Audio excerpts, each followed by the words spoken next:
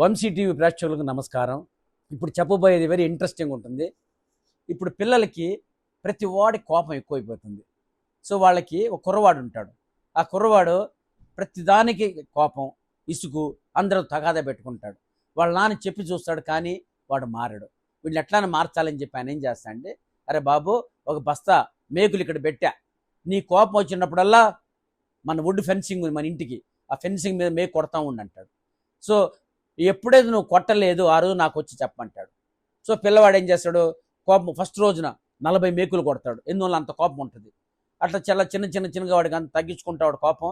నాయన కోపం మేకు కొట్టం కన్నా కోపం తగ్గించు, కంట్రోల్ చేసుకుంటే మంచిది అని చెప్పి చిన్నగా అలా 35 డేస్కి మేకు కొట్టడం ఆపేస్తాడు. అప్పుడు తండ్రి దగ్గరికి వచ్చి, డాడీ నేను ఇవాళ మేకులు కొట్టలేదు డాడీ, చూడండి అంటే, మంచి వెరీ గుడ్ నాయన, నువ్వు రా ఒక్కొక్క మేకు పీకు నాయన అంటాడు. ఒక్కొక్క మేకు పీకుతాడు. అక్కడ ఏముంటుంది చూడు రాయని అంటాడు. అంటే ఒక గురువు ఉంటుంది, అంటే ఒక ఘాటు.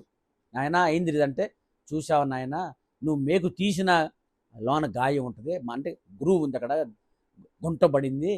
అట్లానే మన మనిషిని కోపంలో మాట అంటే తర్వాత నేను వెళ్ళి సారీ చెప్పినా వాడికి బాధ చాలా ఉంటుంది.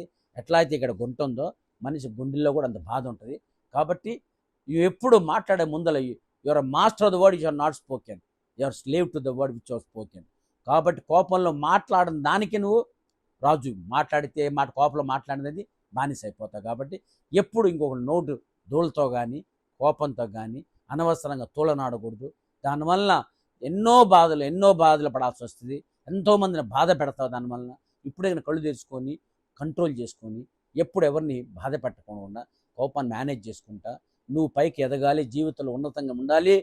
కోపాన్ని కంట్రోల్ చేసుకొని ఈ సోది ఇక్కడ చూడండి, మేకు తీసినా కూడా గుంటున్నట్టు బాధ తొందరపడే మాట అనవాకండి అని చెప్పి తెలుసుకొని వాడు జీవితాన్ని మార్చుకొని పీస్ఫుల్గా ఉంటాడు. Thank you very much.